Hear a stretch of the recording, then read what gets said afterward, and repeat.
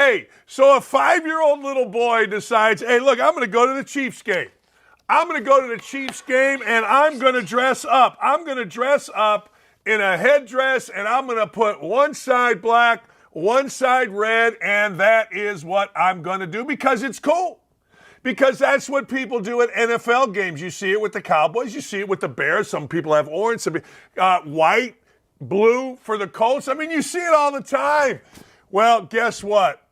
A guy named Carron Phillips, who is the dumbest human being alive, and that's not me saying it. He worked with a guy named Frank Isola at the New York Daily News, and back a few years ago, Carron Phillips came at me for being racist. And at the time, I'm like, oh, my God, I can't be called racist. And then Frank Isola said, hey, look, this guy's an idiot. This guy's nothing more than an idiot. Don't sweat it. And I learned from that point on, I didn't care whether Carron Phillips or Dan Le Batard or any of these race-baiting clowns call you racist. It's almost a badge of honor anymore because, well, you're probably doing something right that pisses them off. They have no idea about sports. Carron Phillips can't play with himself, much less play in a sport. But you know what? He goes off on a 5-year-old. Because a 5-year-old decided I'm going to put one side black, one side red, which is what you do going to an NFL game. And then everybody had a fake and faux racism. Oh, this is double racism, they said. Indians and African-American people. Look, I got told by a very intelligent African-American person named Reginald Jones. I don't know his middle initial, but he's a friend of mine. We go to lunch about once a month and just discuss stuff. Racism ain't what it used to be. They've diluted racism. Well, of course they have. Of course. Everybody's looking. Everybody's searching. You know who hijacked it first, right? White women. White women hijacked Black Lives Matter and racism first. Oh, my God, everything's racism. And then little black-haired dudes. Well, that's just racism. I'm a liberal. Nah, shut up. Well, legacy media is fading outrage over an innocent kid's Chiefs gear. He didn't wear blackface, but of course, fake news says otherwise. Let's show some of it, shall we? Let's show the nonsense that a 5-year-old boy and his parents had to deal with. So this is the kid. Now look, all right. Indian headdress is seen, ladies and gentlemen, as an honor, honoring the Chiefs. Get it? The Chiefs. That's the name of the team. The Chiefs. It's paying homage to Native Americans. I don't know, but that's one side is black, Chiefs colors. The other side is, well, red. So is that black, red face? There he is. There's the little kid.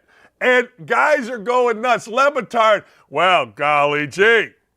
Now, the kid contradicted the NFL's anti-racism by attending the game in that manner. What a douchebag. That's all I got to say. Fat Dan Le Batard, and he's just a fat ass that couldn't do squat. Can't play with himself. Can't beat, well, never mind. You can't have it both ways, Chiefs. Really? Why not? Why can't you have a 5-year-old little boy show up in a headdress with black and red paint? Why? Seriously, tell me. So this Carron Phillips says, well, listen to this. The NFL needs to speak out against the Kansas City Chiefs fan in blackface native headdress. Really? Seriously? All right. Really? Why? I mean, every NFL team, hell, I may now go to the next Colts game with one half of my face here and one half of my face here. I mean, it is amazing to me that this is the crap that we worry about. What a great country, I say it all the time, that idiots like Carron Phillips, I love that they put the J in there. Like that makes his dumb ass smarter. That makes his ridiculous, racist, no talent ass smarter. I'd put a J in there. Stephen A. Smith. Stephen A. Smith can't coach blind turkeys and take a dump. Couldn't play nothing. But with the A in there, he is something. Oh, my ass. This isn't the first time with Carron Phillips, America's stupidest racist. Now, it's one thing to be America's racist. And there's a lot of guys that are that. Or another thing to be America's most evil. That's Greg Doyle. But it's another thing to be America's stupidest racist. Like when you just make up things, you are stupid and racist. Here's a few of his articles. The Michael Orr situation illustrates how white people ignored other white people's racists. Michael Orr is the kid from The Blind Side that the white family took in. The white family took him in and saved his life. I don't give a damn about any of the other stuff. That's what happened. Now, you can say that they exploited him. You can say conservatorship. You can say whatever. But the truth of the matter is Michael Orr was taken in and his life was turned around. But other white people saw this. Bah, bah, bah. Shut up. Coco Gauff is proof that tennis is whack without white people. Yeah, it's whack. Nobody watches Djokovic. Nobody watched Federer. Nobody watched Nadal. Just shut up. I mean, serious, it's whack, yo. Baker Mayfield's whiteness keeps getting him NFL starting jobs. See, when you're just stupid, and again, he's not alone in his stupid. The white woman and the white sports reporter, our guy here, Greg Doyle, is trying so hard, and it's so funny to watch. Like, when you're just stupid, and I don't think Doyle's stupid, but Carron Phillips is just stupid. I mean, all you got to do is read any of his nonsense. It's just stupid. Baker Mayfield's whiteness keeps, and Deadspin used to be something that people went to. Now, Deadspin just has the guys that have been fired elsewhere. Carron Phillips used to work at the New York Daily News, but he was so arrogant, entitled, and of course a diversity hire, that he lived in Atlanta while working for the New York Daily News. That's Carron J. Phillips. I absolutely love it. I get a kick out of it. It's funny now. Somebody calls me racist. I look, I go, it must be Tuesday. Carron J. Phillips blocks somebody. It must be Monday. It don't matter. Kid wasn't racist. And look, 5-year-old going to the game, painting his face in headdress, does not need the NFL to look into it. What the NFL should do, but they won't have the huh-huhs to do it. They should give that kid season tickets to the Kansas City Chiefs game because there are adults, I guess they're adults, that are trying to ruin a kid's life. If I were the NFL, if I were the commissioner, I'd bring that kid in full headdress, in full jersey, in full face paint, and let him flip the coin for the next Chiefs home game. Or pound the anvil, or whatever it is they do to celebrate the start of a game in Kansas City. And I would give him season tickets for the next 5 years to he and 2 adults. I'd give him 3 or 4 season tickets on me and say, we're sorry that adults are such pussies. We're sorry that adults are so easily offended. We're sorry that the world is trying to ruin your spirit, your love of our product. That's what I would do. Now, I know there's no chance Roger Goodell would do that because somehow, some way, Whitey is still afraid of being called racist. Look, Whitey, don't worry about it. You're going to get called racist no matter what. Don't pander. Do what I do. Treat everybody by the content of their character, not the color of their skin. And when you do that, it sets you free. It sets you into orbit. Look, there are racists in our world, but this kid ain't one of them, and I ain't either. And I stand with this kid. Carron J. Phillips, you're a racist, idiotic punk. But again, you're just a normal media guy in 2023. That's just kind of what we do. Wait a second. We got more from Carron J. Phillips. This just in. Ryan Tannehill's support for young Titans quarterback depends on if you're white. Yeah, because they had a black quarterback named Willis and a white quarterback named Levis, and Carron J. Phillips. Remember, we got to have the J in there for jackass, jagoff, jerk, whatever. Carron J. Phillips says he only supported Levis because he's white. Maybe he supported him because he liked him more than Malik Willis. Maybe he supported him more because he grew up and thought, you know what, Malik Willis ain't good enough to support. I don't know. Antonio Pierce is the latest black interim head coach who won't get hired full-time. Well, you know what? The latest white interim head coach, Jeff Saturday, didn't get hired full-time. Tyrod Taylor is the first black quarterback to win a game for the New York Giants. That's shocking if you ignore racism. I mean, when you become a parody of yourself, you go against the fight that Martin Luther King and other civil rights leaders fought for. You just become, you lessen it. You dilute it. Can't believe I spent 10 minutes talking about Carron J. Phillips. Hey, file this one under, well, this must be racist. There's a wide receiver named Diontae Johnson. He's a wide receiver for the Steelers. He just said, I ain't trying. Nah, I ain't trying. I mean, Diontae Johnson, I'm sure you fantasy owners love him, but he's the latest wide receiver to go full-blown diva. We see it weekly. Actually, we see it game by game with these idiot wide receivers. This started a long time ago. This goes way back. But anyway, so the latest is Diontae Johnson. I saw one basketball player during my time. His name was Mike Gansey. He's now the general manager of the Cleveland Browns. Run up and down the court with his jersey in his mouth. He did it at my team camp at Bowling Green. His high school coach brought him. Gansey, I wanted to recruit him. He ended up being a really good player at West Virginia. Gansey played with his shirt in his mouth. And I'm going, what? Why is your shirt in your mouth? Anyway, long story short, I saw it the other day. A wide receiver named Diontae Johnson, this clown right here, who's been in fights in the locker room, who's just a pain in the ass. And if Mike Tomlin had any real stones, he would have cut this idiot immediately. Well, he gave no effort. He didn't run out for a pass. Then there was a fumble right here, and he just looked at it. That's right. He just looked at it. His teammates are scrambling. Do you know how dangerous it is to get in a pile? That's him right there. Shirt in his mouth. Look at this. Not moving at all, despite the ball bouncing right in front of him. He didn't even go for the fumble. I've told you about this. Idiot wide receiver alert is a staple on our show. Every single time you have a football game in the NFL, you just wait for it.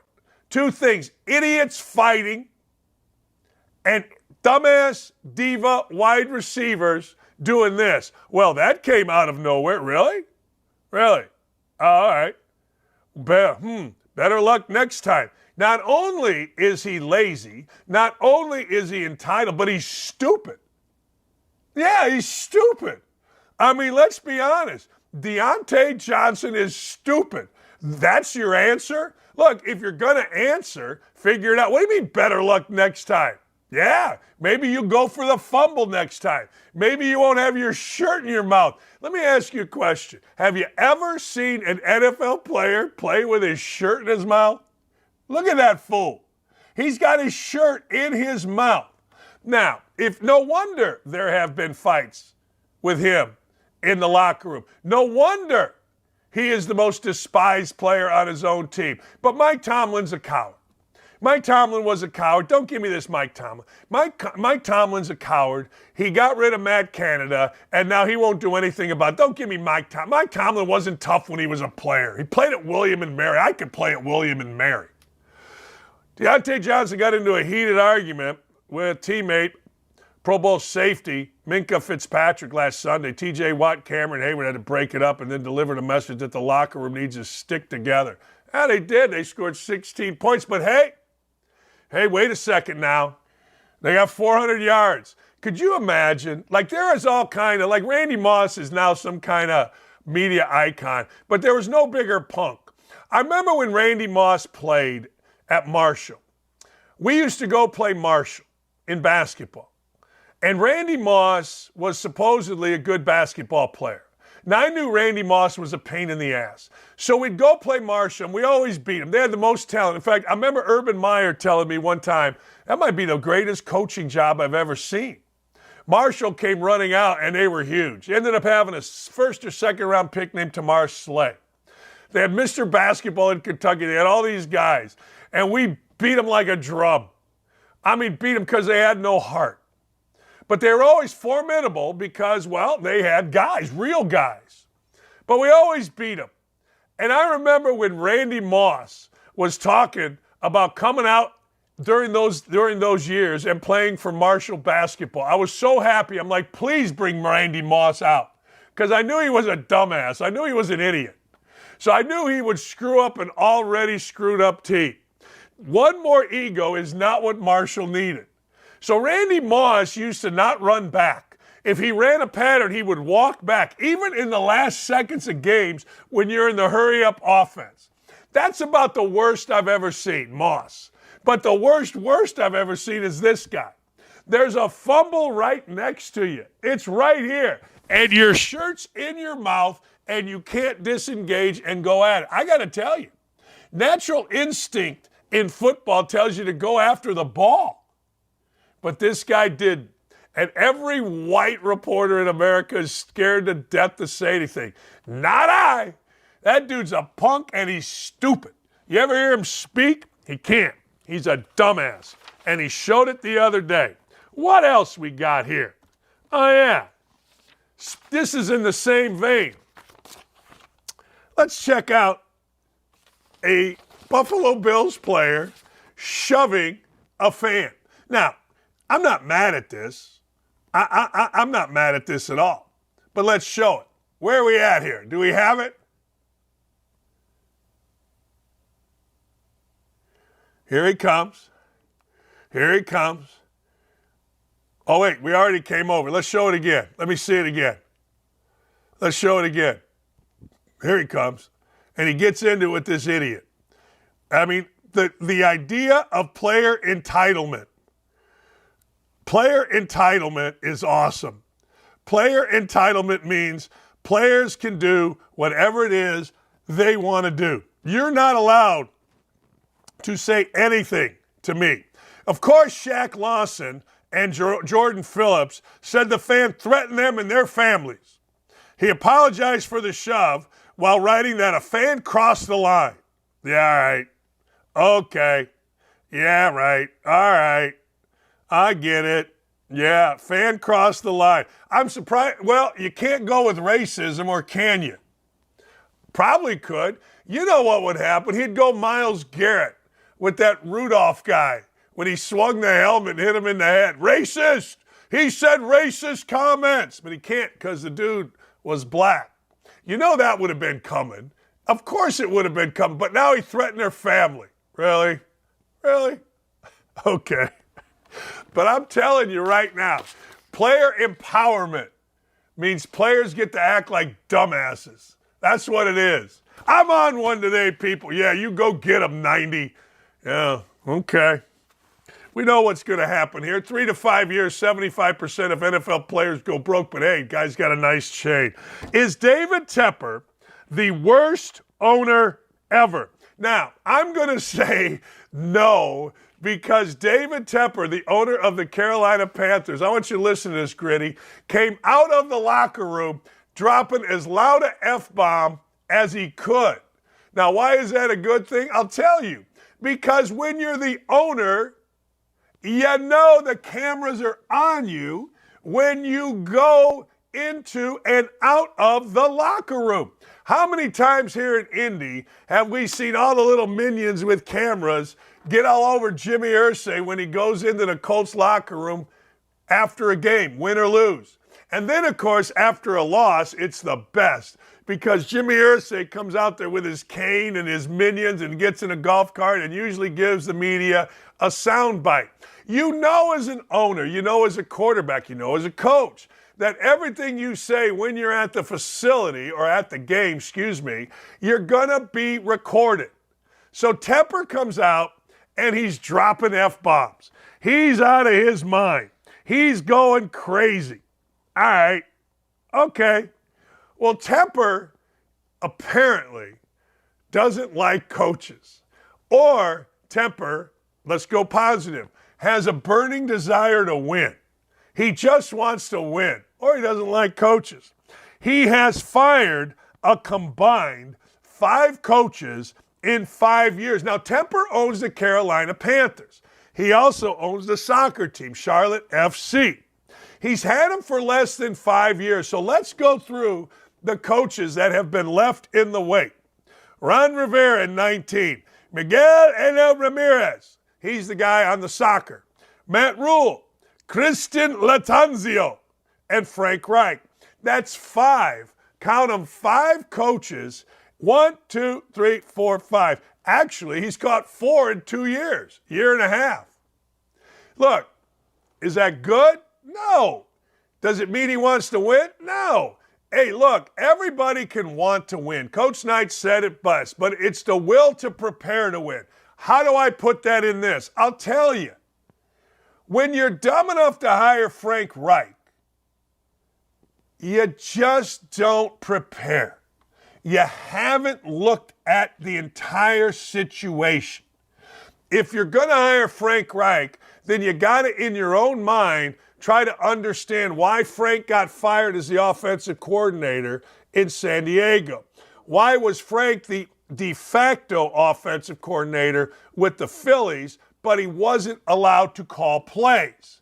Why was he the third choice of the Colts, and why was he fired in the middle of a season for a guy, Jeff Saturday, that had never coached and actually did coach, was a bad high school coach? So you got to ask yourself these questions.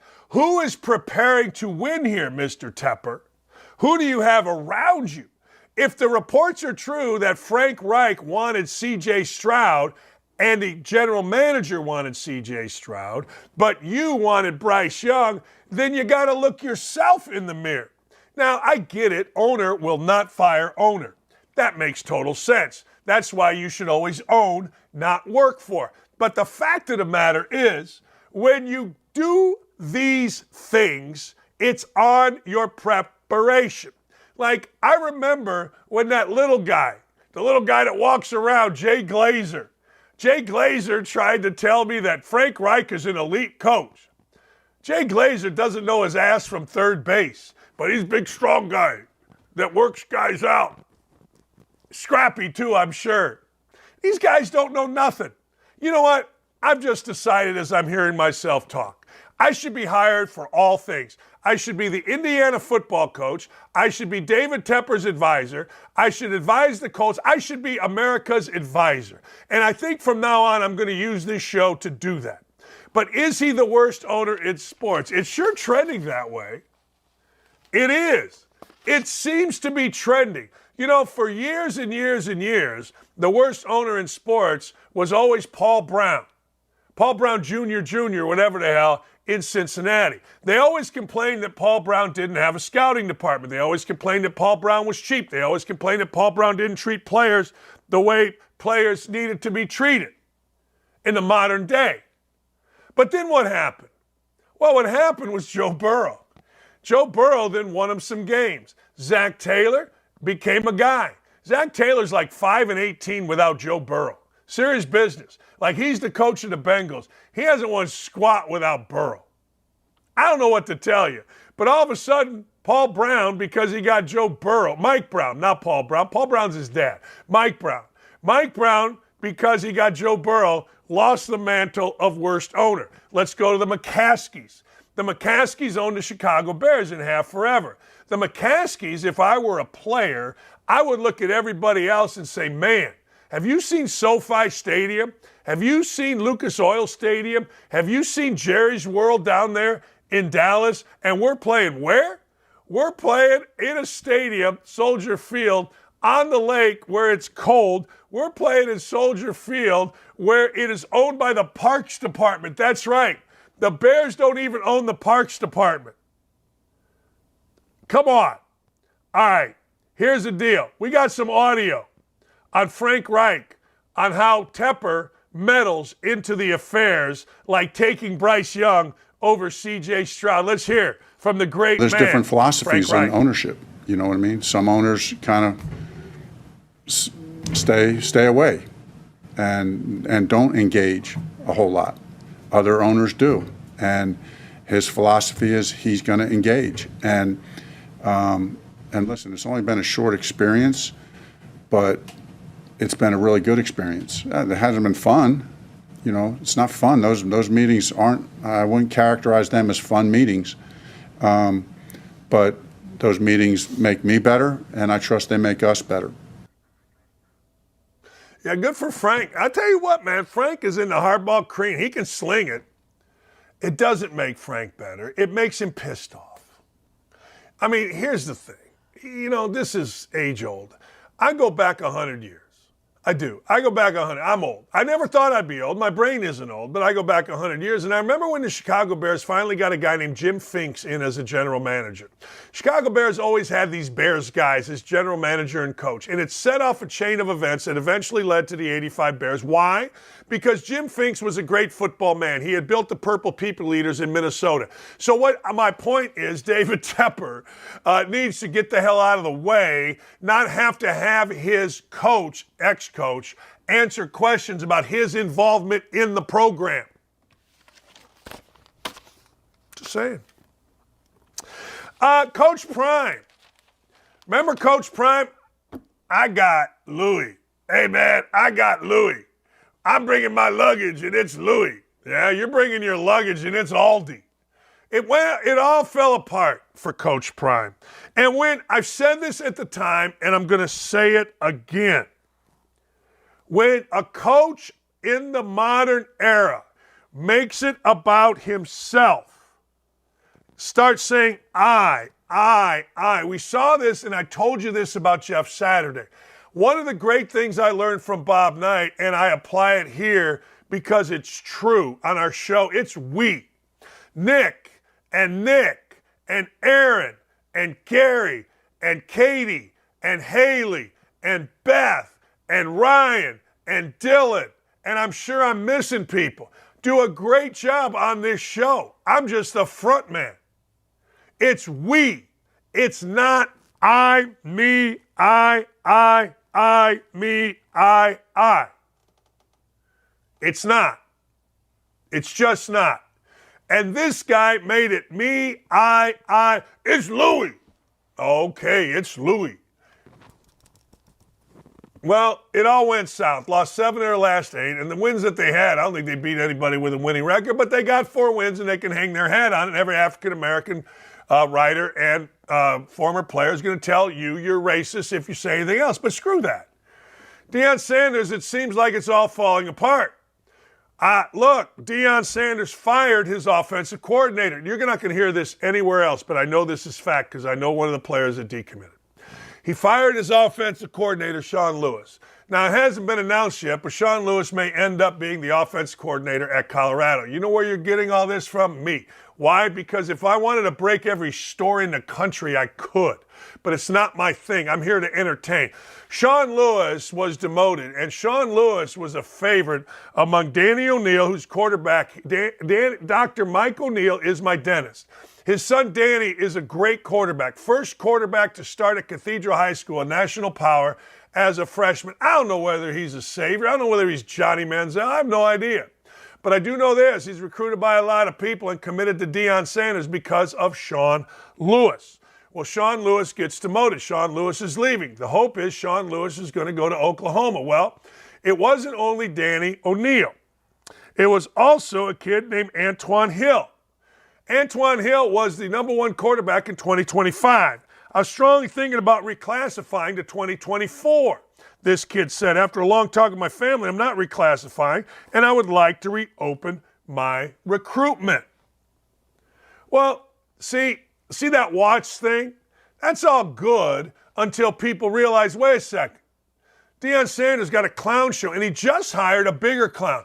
In my entire time in media, the only person that I would say I ever saw at an event act like a complete dumbass was Warren Sapp. Colts in Miami for the Super Bowl. I'm doing my show in Radio Row, which is a big convention hall. Everybody and nobody was louder and dumber and acted more ridiculous and ignorant, frankly, than Warren Sapp. Warren Sapp was a jerk to everybody around him. I watched him. I couldn't believe how loud, stupid, and just ridiculous he was. Guess what? Deion Sanders hired Warren Sapp. I would not let my child around Warren Sapp today, tomorrow, or the next day, period.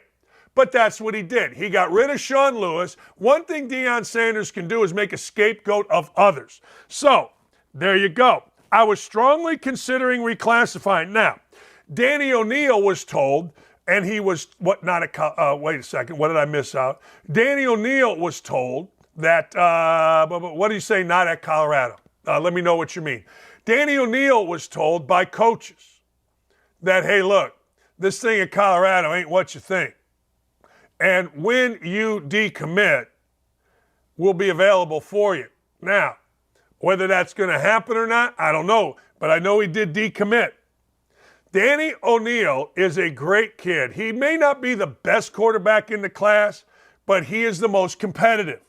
And coaches know. Coaches know that Colorado is a fraud. It's a Trojan horse. We'll see. My Louie.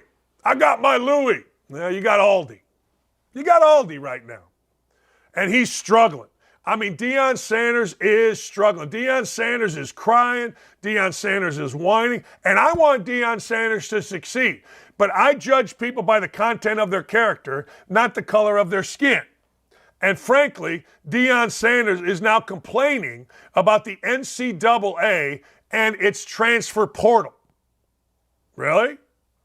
Okay. Deion Sanders, well, wait, whoa. Deion Sanders just kicked everybody off. Deion Sanders kicked his team off. Deion Sanders has been a jackass to coaches. I mean, let's get real. Deion Sanders has made this all about Deion Sanders. You can't complain about the transfer portal. You can't complain about the NCAA rules when you have shown yourself to have no regard for anything other than guess who? Deion Sanders. It's really funny. It's okay for him to leave. Deion Sanders loses 3 commitments and takes a shot at the transfer portal. All right. Well, didn't you just use the transfer portal? Didn't you just... Here it is. A kid ain't even faithful to his girlfriend. You think he's going to be faithful to his school? Come on, man. That's an emotional thing. What I wish the NCAA would do, if you're committed somewhere, you can't go on any other visits. If you're committed, that means you're committed. You can't go on any other visits. Why would you be committed, but you're still letting kids go on any visits? That means you just playing. You just playing. Educated. All right. Okay. Jamaris Walker, also, who's a running back, he got out of it too. He's 100% open. Something's going on there, and I'll tell you exactly what it is. When you get rid of your assistants, when you show no loyalty, sharks start circling, and away we go. It was cool for a while. Christian Farina, who's a broadcaster, his son, starting tight end, entered the transfer portal. I would too. If I'm going to listen to Deion and his bullshit every day, I either want more money or I got to get out. Hey, speaking of this, now I know this for fact. Indiana football fans, Jon Gruden is 100% interested in the job. 100% interested, probably would take. To say he would take it, the answer would be yes, but obviously there would have to be a number of things worked out, like a contract, money for assistants, that kind of stuff. Now, I don't know whether Indiana University would be interested in him, but I do know this, Indiana University will screw it up. I text with the AD, and I think he's a great guy, Scott Dolson, and he gave me the old, we got to get this right. Look, you do got to get this right. It's a big-time hire. It's a career-defining hire for the athletic director, who is a great, great dude. Now, Gruden's agent, according to Jeff Rabjohns, who is the lackey for Indiana University, there's a website called Peegs.com. Mike Pegram started. He's a great guy. And Jeff Rabjohns is a lackey. He buys knee pads by the gross. Now, Bruce Feldman, I don't know if he knows anything. Bruce Feldman once wrote an article about me leaving West Virginia that was so full of crap I've never trusted him again. But he is saying that a big wild card who has the support from key IU folks is Jon Gruden. Look, there's no such thing as a key IU folk. The penny millionaires that sit in the front row are frauds. They're full of crap. They don't know their ass from third base. But I don't know. Maybe Dolson listens to him. Here's the deal with Gruden. Gruden lived in Bloomington when his dad was there. By all accounts, I know people, including my ex-brother-in-law, that were best of friends with Gruden. By all accounts, Gruden has always kind of sort of considered Bloomington a second home. He's been a lot of places. Now, Gruden's full of crap. But here's the deal. He would bring in a great staff. I don't care about his emails from 20 years ago. That's for you guys in the media to care about. I'm sure the liberals in Bloomington would care. But Jon Gruden used to be a ball boy for the Indiana basketball teams when he was a little kid. Jon Gruden apparently still has many friends in the Bloomington area, as what happens in most cities. Kids that grew up in Bloomington have a tendency to stay in Bloomington, run businesses, own stuff, etc. So Gruden actually has ties to the Bloomington and the Indiana University Committee. Would he be good at Indiana? I have no idea. The guy that I think they should hire is coming up at 10 o'clock, Dan Mullen. But that's just me. I got tired of Gruden. I thought Gruden was full of crap. I thought Gruden brought into his own Chucky thing with the eyes and all that crap. I think Gruden would have to be real. Now, I know this is fact because I know one of Gruden's best friends, and he's been texting me. I'm not guessing at this. He would absolutely want the job if offered. Now, what he would say is it has to be the right situation. My ass. You're sitting at home. You're disgraced. You just got fired from 2 jobs. You couldn't get your Monday Night Football job back. Stop it. Doesn't have to be the right job. Just has to be a job that's going to pay you enough to get you off your ass and in a film room in Bloomington, Indiana. Absolutely, Gruden is a wild card. If I were Indiana, I'd go after the coach at Washington. He ain't taking it, but I'd go after him anyway. And then I'd go after Gruden. Period. I don't want to hear about Randall L. I don't want to hear about any. No, I would go after Gruden. If not Gruden, I'd go after Dan Mullen. I'd go after Dan Mullen or Jimbo Fisher in a heartbeat. I want guys that know their way around it. I got guys that understand. Now, you're going to tell me Dan Mullen hates recruiting because some media guy told you that. Why do you guys listen to media guys? Nobody hates recruiting. Among the candidates to replace Tom Allen, South Alabama's Kane Womack, who was at Indiana, Tommy Rees, who is at Bama, was at Notre Dame. This is just, idiots. Offensive line coach Justin Fry, and, of course, Jon Gruden. I'm all in on Gruden. Let's just go with Jon Gruden and forget about it. All right, when we come back, David Pollack and I are going to discuss college football. I got Ohio State fans that are telling me Ohio State has a chance. I don't know if that's true. I want it to be true because I like the Big Ten. I don't think they got a shot. I just don't. Pollack and I will discuss that. Pollack and I will discuss who his Heisman Trophy winners are or candidates are. I got to tell you, my Heisman Trophy candidates are coming up. I give you 5, but it's really only 2. We'll be right back. It's been nearly 8 months, but at last, the manifesto belonging to the trans shooter, the one who shot up Covenant Christian School right here in Nashville and murdered 6 innocent Christians, including 3 children, was reportedly leaked earlier this week. Here's a refresher. 28-year-old transgender Aubrey Hale infiltrated the Covenant School on March 27th on a quest to slaughter innocent Christians. Her rampage came to an end after brave Metro Nashville officers took her down. We knew shortly after the massacre occurred that several journals belonging to the shooter were uncovered, but authorities and even lawsuits went to great lengths to keep them from the public. Why, you ask? Well, the contents, of course. So let's get into that content. The long-awaited and long-buried snippets from that manifesto expose a motivation and driving force behind the slaughter that is even darker than we've speculated. At least the pages that are now public, which so far no one has denied, are authentic. The scribbles titled Death Day discuss the trans shooter's desire to kill white people with white privileges. The shooter also gloats about being ready to kill and ready to die doing it. And those are just the parts I can read aloud to you on this platform. Let's be clear. These writings were never released by the authorities, as is typical for other manifestos, written by the more advantageous to the narrative perpetrators. These 3 pages were leaked by conservative pundit and host Steven Crowder. We don't know who gave him these pages, but you know what? Thank goodness he has them. It's BS that these writings have been hidden for this long. The public deserves to know what motivates hate. And guess what sure as hell appeared to have motivated this shooter? Racism, all right, against white people. And guess what? The desire to gun down white people is indeed racism and is indeed a hate crime. just not the racism that fits the left's favorite narrative, which is why they don't want to talk about it.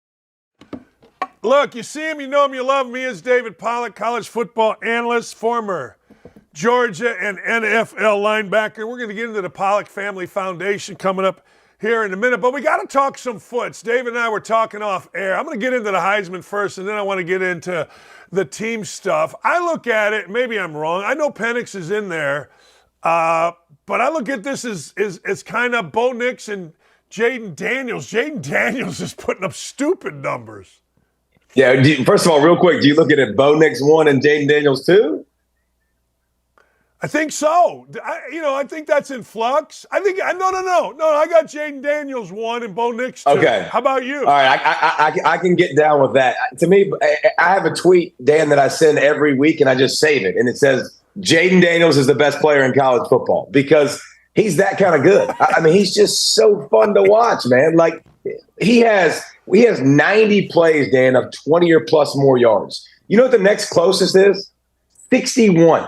The dude's rushed for 1,100 yards. He's got over 50 touchdowns. And if we want to talk about guys in that category, you're talking about Tebow. You're talking about Cam Newton. You're talking about Joe Burrow. Like, if you watch him, man, he has been unbelievable week in and week out. Is his defense good? No. They give up a ton of points, but every single game he's met the challenge. He's put up big numbers. Here's what I'll say. I'm a Heisman voter, and here's what I'll say about the voting.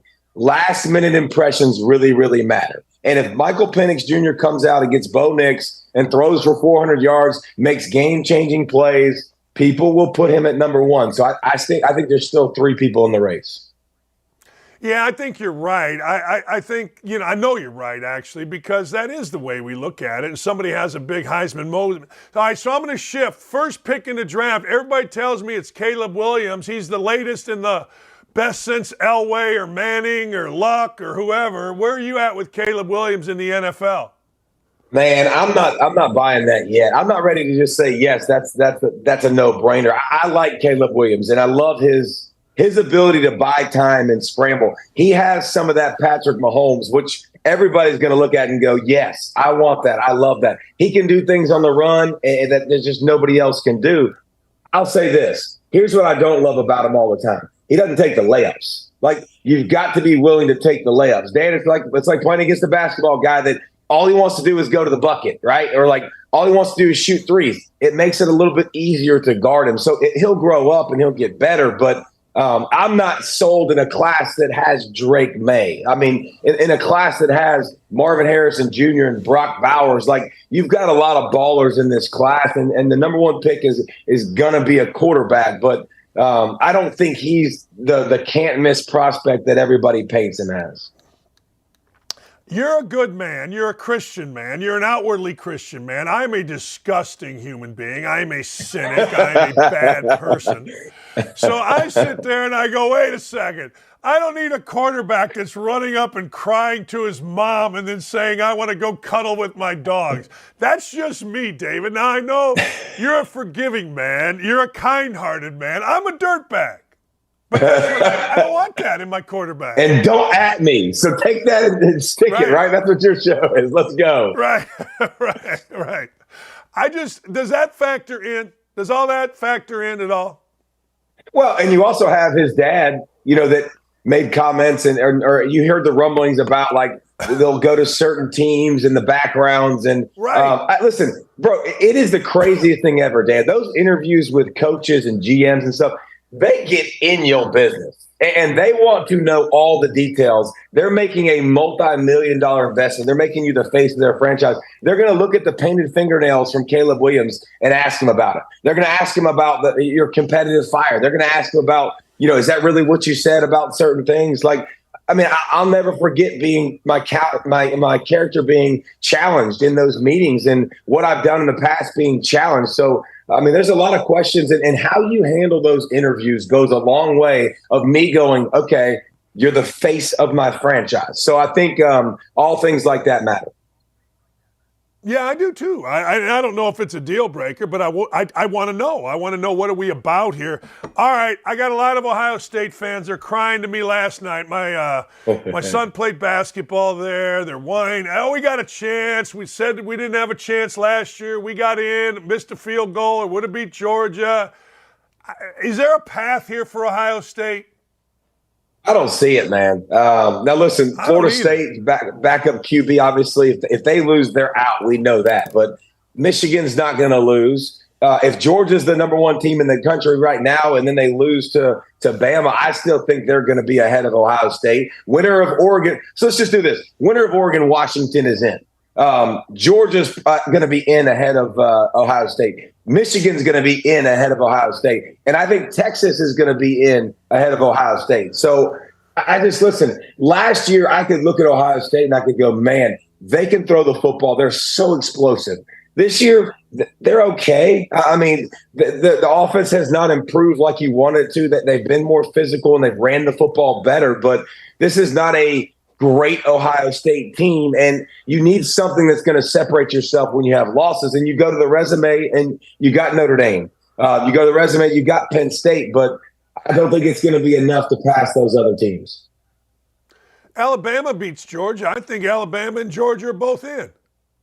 Well, I don't know about Georgia. I think Alabama would be in. But one thing the committee's proven to us, Really? Dan, like, listen, and I know Georgia's number one, but the community's proven to us in the past, like, they're not going to put, Dan, the four best teams. They're not interested in putting the four best teams. They're interested in not getting cursed at and not getting at-me'd at, right? So they want to put the four teams that they can justify the most. And if Georgia loses the last game of the season and they can find a way to not justify that, if Michigan's a clear cut, if Washington's a clear cut, if Florida State's a clear cut, then it'll be Texas and Bama over Georgia because of past and the way the committee thinks, because it's not the four best teams. It's how they can justify and not get at me. Well, let me ask you, are you for an 8-team, 12-team? I mean, are you for expanding this? I'm definitely for expanding. Like, listen, in the past, I was comfortable and happy with four, but then now, like, this year is a perfect example. We need more, and more football is not a bad thing, right? Like, Dan, let's be honest, the more the better. So I think, do I want to shrink the regular season? Yes. Do I want to expect them to go through the same type of regular season and a championship game and go through more rounds of a playoff? No, I think we got to find a way to cut out a game or two games during the regular season. But yeah, I think 12 would be awesome. The more the merrier. Like a team like this year, Ohio State would still have a chance. All these teams that we're debating would still have a chance, and it'd be fun to talk about. Is it unfair to Ryan Day? Is the world being unfair to Ryan Day? Life's unfair, Dan. Like, the world is unfair. Like, you're at Ohio State. You're going to get a lot of the credit. You're going to get a lot of the blame. But how about this, dude? 40-0 against Big Ten opponents. 40-0. He has not lost to a Big Ten opponent, but he's 1-3 versus Michigan. Like, that is the craziest thing ever. But here's the thing.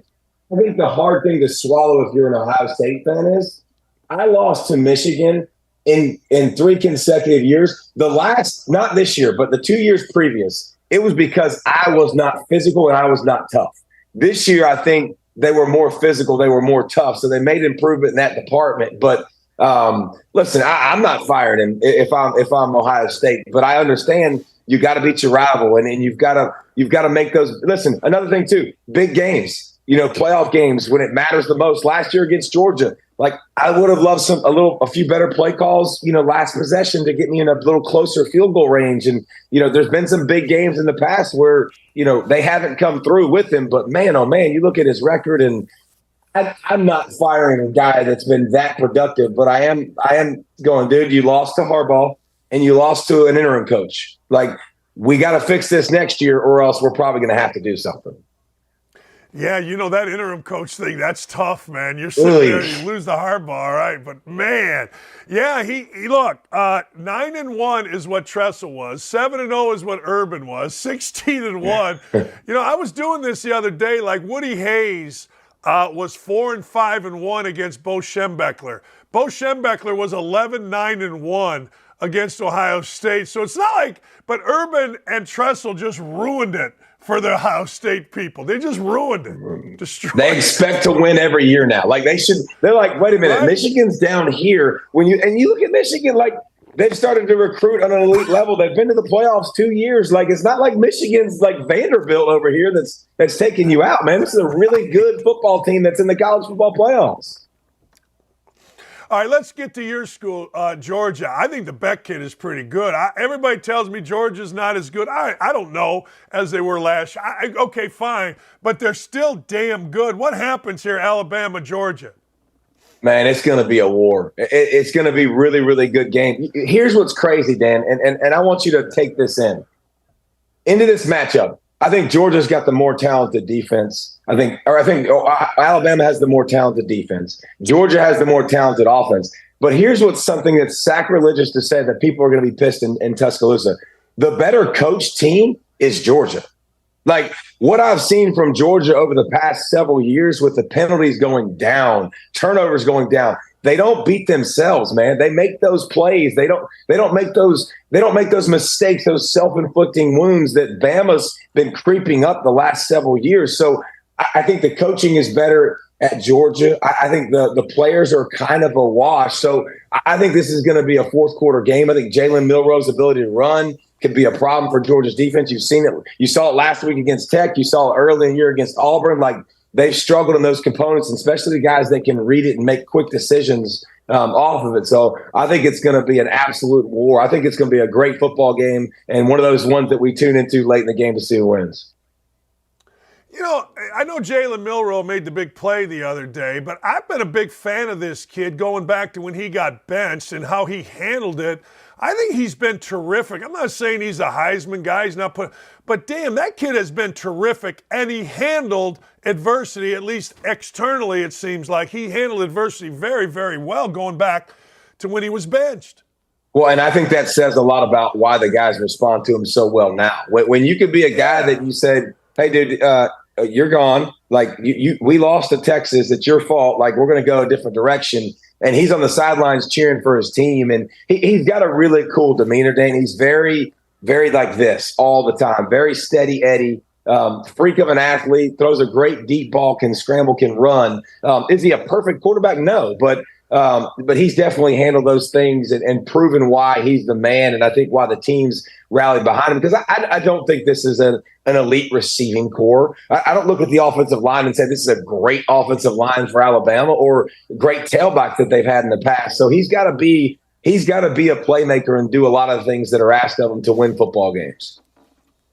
Hey, last thing, and I want to get into your foundation, but Texas looked great. Like, I don't know how good Texas Tech is supposed to be, but I don't think they were supposed to get their ass beat like they got it beat, David. I think Texas is a bit of a wild card here, man. Well, and they've had some up and downs. And during the Bama game, you look at them and you go, bro, like they're the best team in the country, at least in the conversation, but they've done some Texasing, but they've won. And I say Texasing, the last several years, they get in those games and they find a way to blow it. So I think they're still very much in the mix. Been banged up a little bit between quarterback, between tailback, but the defense is good. And they got some big old defensive linemen that can get in your face and rush the passer, which is good. Like, I think Texas, if they can prove it against Oklahoma State, they put themselves in a position. If Bama beats Georgia, well, now Texas is going, wait a minute, dude. We beat Bama. We went to Bama's house and smacked them. Like, that's going to be that's what you're going to hear from Sark. Like, wait a minute, how are we even debating this? This should not be a topic. So Texas, listen, NIL's helped them big time. You know, they got the money. They're spending the money. They're getting players. They got top-notch players. They've coached themselves better. They've built a culture better this year. And they're in position to do something they've never done. Dan, they've never been to the college football playoff. Like, never. Not once. That's a strange thing to say, but that's how bad Texas has missed in so many of these big moments. So they might get another chance to get in the playoff. Hey, this is politically incorrect, but I've used it since I was like 10 years old. My Little League coach used to say this. When you want someone to tell the truth or give you a definite answer, you say gun to head. So gun to head, is Arch Manning the quarterback at Texas next year on the roster, or is Arch Manning on a different roster next year? Well, I don't think they're mutually exclusive. I don't think he'll be the quarterback next year. I think it'll be Quinn Ewers. I think Quinn Ewers is better. On the roster, as soon as I said that, I thought, wait a second, I'm going on the roster. Yeah. Okay. Yeah. I think Arch. I still could see Arch staying. I could still see him staying on the roster and being there.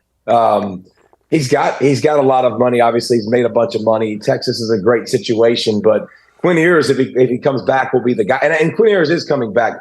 You look at this quarterback class, it's loaded. Guys like Carson Beck and Quinn Ewers, who are first-round type guys, are probably going to come back because you got 5 or 6 first-round picks at quarterback in next year's draft. So I think he'll stay. I think Manning's are a little bit different. I think he'll honor his word. I think he'll stay, and I think he'll play in the future. Hey, what's going on with the Pollack Family Foundation?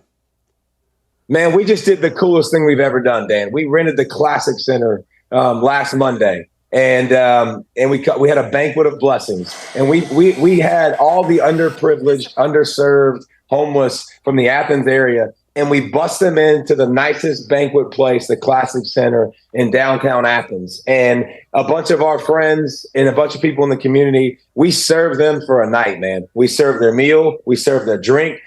We loved on them. We had music. We had a band. We had jumpy houses. And we just gave them several hours of love and let them know that they're appreciated and let them know that they're loved. And then we had the coolest part. We went from there and they went to the outside and we had goodie bags prepared for all of them. And everybody got a coat. Everybody got a sleeping bag. Everybody got a beanie. Everybody got scarves, gloves. Everybody got a book bag. Everybody got a bag of food. Everybody got a bag of essentials with toothbrush and toothpaste and wipes and all those things. So, we're just trying to make the community here in Athens and this surrounding area better by loving on everybody and trying to plug in and make a difference.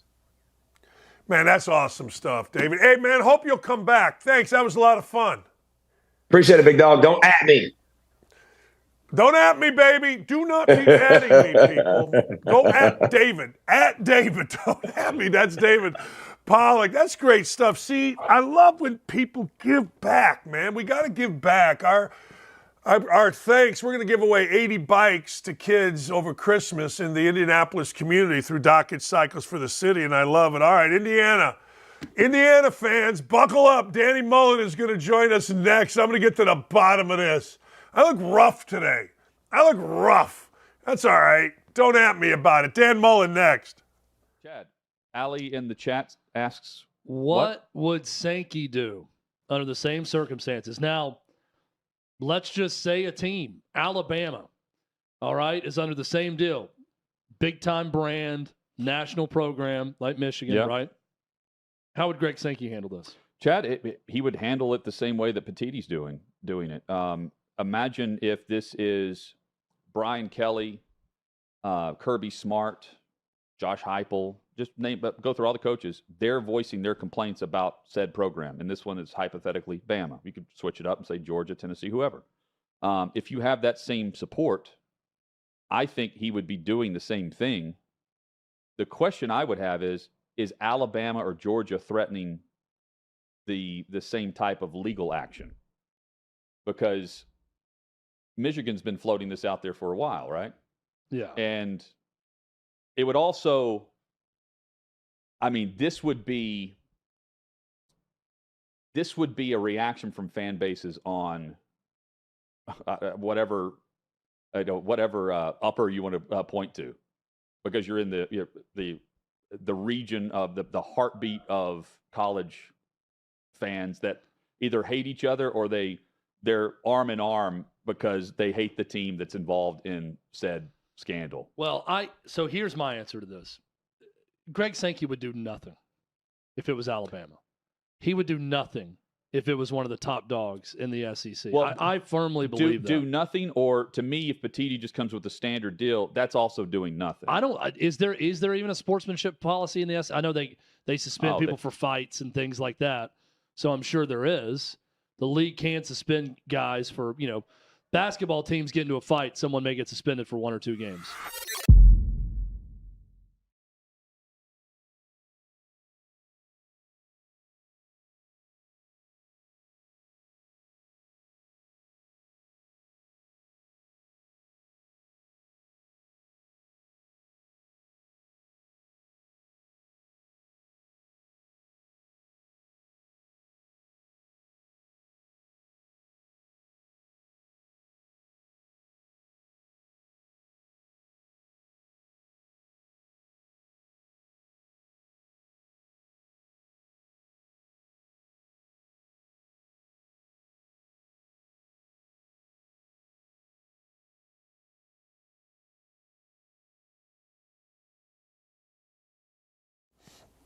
I tell you guys all the time, if you're going to watch college football, there's 2 guys you got to watch. Urban Meyer on the big noon kickoff and Dan Mullen when he is on, whether it's halftimes or pregame or postgame show, because these guys are coaches that aren't afraid to teach you something. They're not. And so I tell you, you can listen to all the other stuff. I do, Danny. I do.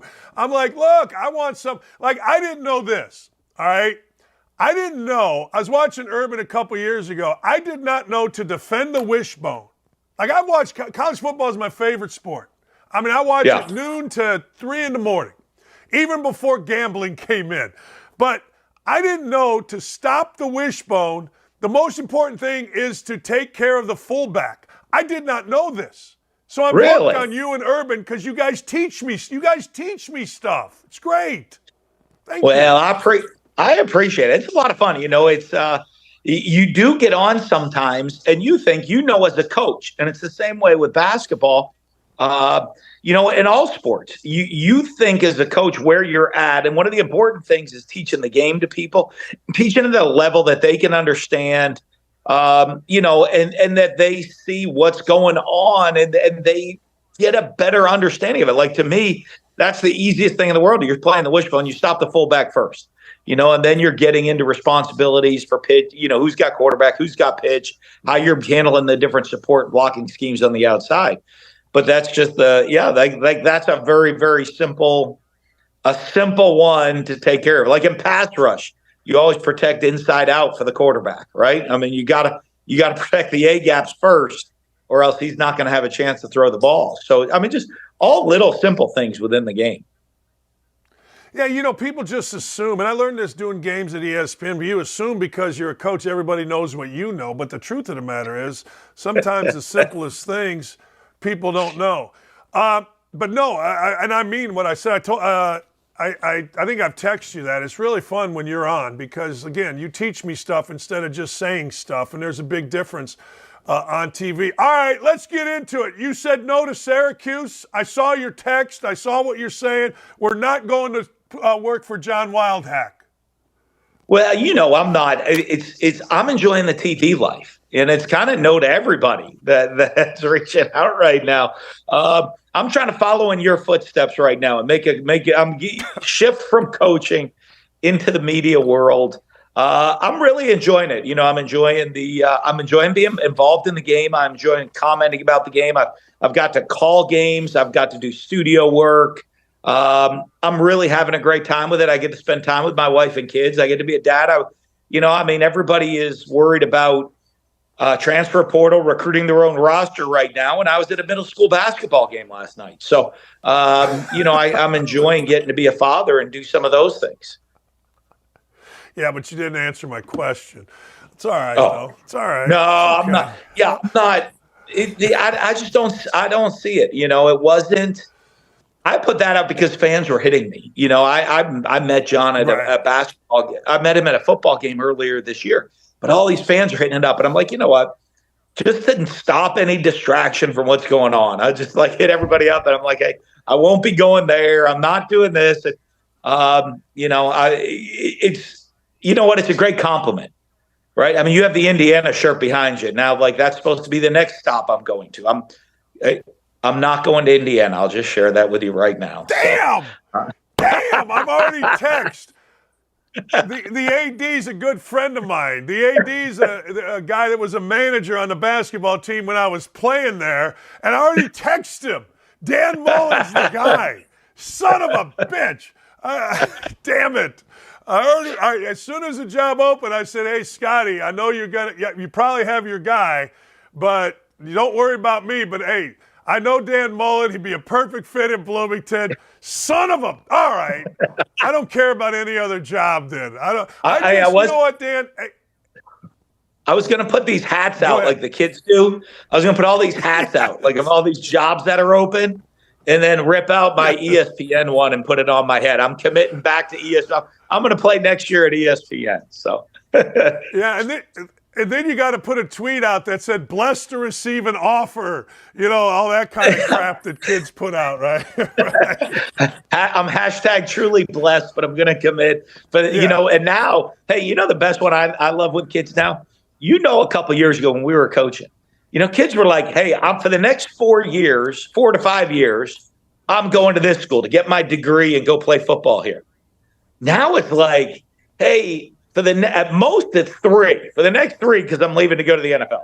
So for the next 3 years, I'm going to this school. And a lot of them are like, hey, next year I'm going to play at this school, and then we'll see how it goes after that. Right. I'm telling you. My son's coaching at Illinois State, and he's like, Dad, we got to recruit these guys every day. I go, well, that is the occupation that you've chosen. But you know what? Let me ask you to that point. You coach at the highest level, uber successful, national champion. What do you think? I have a friend whose son just decommitted from Colorado. My dentist's son, Danny O'Neill, just decommitted. Yeah. He's a quarterback here. He's probably Mr. Football in Indiana. What do you think is happening at Colorado right now? Why are kids decommitting, and what's going on there in your opinion? I'm not really sure with that because, you know, one of the things you look and what all the success that Dion had early in the year, and granted, you know, they only won 4 games this year, but a lot of people didn't think they could do that. But he started this great rush. He brought in all of the hype surrounding the program, all of this excitement, all of this energy. And as you know, you got to recruit, and they haven't really capitalized on it. You know, it's not showing with more players coming in, you know, and eventually, I mean, his son Shador is a great player, much better than I thought. You know, even getting to watch him at Jackson State a little bit, I thought he was solid. This year, I thought he was he was much better than I even expected him to be. I think he's a legit NFL quarterback. They have Travis Hunter as a legit big-time two-way player. Easily a first-round draft pick. Those guys are going to start walking out the door, and you are waiting to see this Deion Sanders effect of great players coming to Colorado, not the ones he just transferred in with them. And it's kind of they're struggling on the recruiting side of things.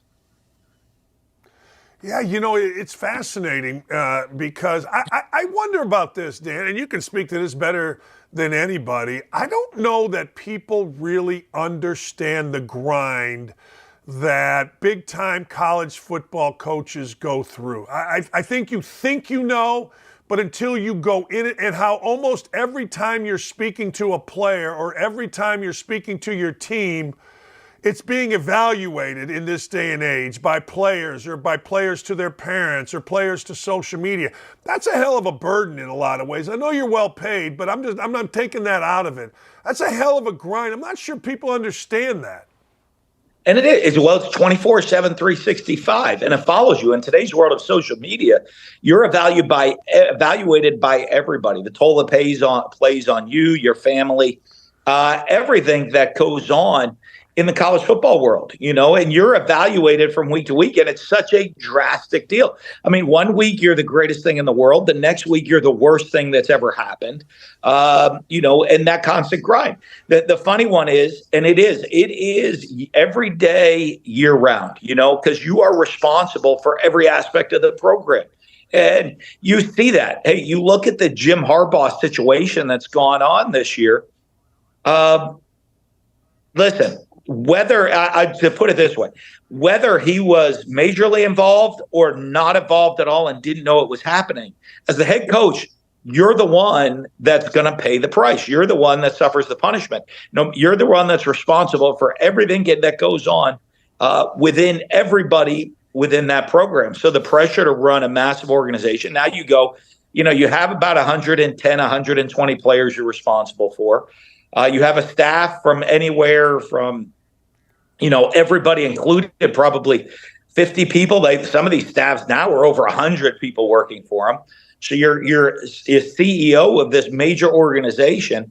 You're out there recruiting. And if you look at it, the job title involves, sales, which is recruiting, which is going to be sales. You're in there and you're an educator teaching your players. You're a psychologist half the time trying to deal with everybody in the organization, all the problems and issues they have. Then you're the CEO organizing and all your management skills you go on. And on top of that, you're an entertainer because in the end, you're in the entertainment business because you get paid by the product you put on the field on a Saturday. So you wear a lot of hats, a lot of titles, and it goes. I always laugh. The media people used to come. I'd love, hey, we'd like to follow you for a day in the life and write a story on a day of the life. And they usually would try to pick training camp to come do it. And they'd be like, what time am I meeting you at the office? And they would always show up. They'd always get there and meet you at the office for the kick of the day. And then, whatever time it is, like 5:30 or 6 o'clock in the morning, they're there waiting for you. And by 5 or 6 in the afternoon, they're like, I'm good. I've gotten everything I need for my story. I'm like, well, we got another 6 hours of work ahead of us. You wanted to do in the day in the life. We're not close. We're about, 75% done. Let's keep going. And they're like, no, I didn't know it was all this. We're good. I'm out. I have enough to write my story. I'm going home. And that's year round. And you know it. You've been at it at the highest level. It's different. Everybody loves it. And the fans are great. The fans are what allow us to do what we love, to coach at football. That's what in basketball, that's what allowed us to do it, because the fan support.